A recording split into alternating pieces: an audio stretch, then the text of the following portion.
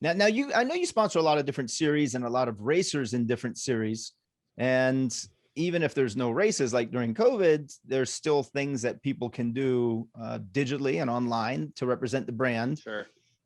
Is the series even that important anymore? Or is just the racers' proactivity and how they market themselves important?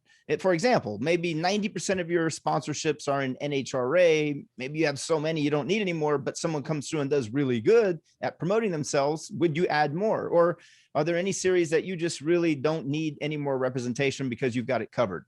Where are the opportunities for someone who wants to be sponsored by K&N?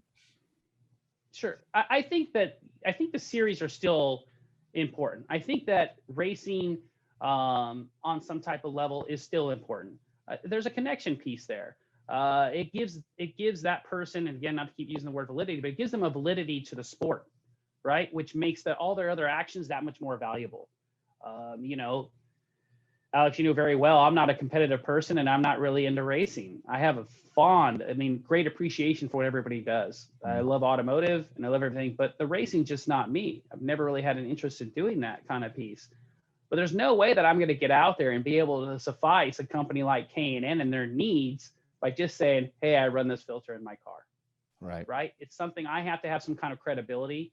And that does come from the track, and that comes from racing, and that becomes from the competition side through these race series.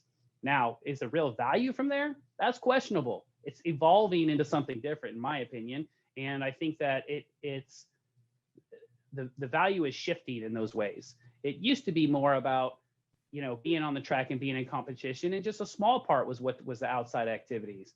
You know, back to what we called the NASCAR days, right? You know, win on Sunday, buy on Monday process. Bob Tasca That's said not that. there anymore.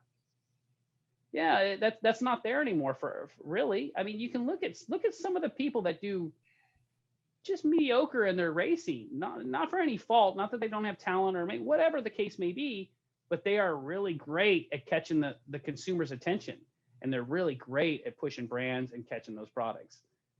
Again, it's because of really keeping that fan base and that consumer base with their attention on them. And it doesn't always take, you know, every bit of that minute on the track, but it still has to be there a little bit to give them validity in that space.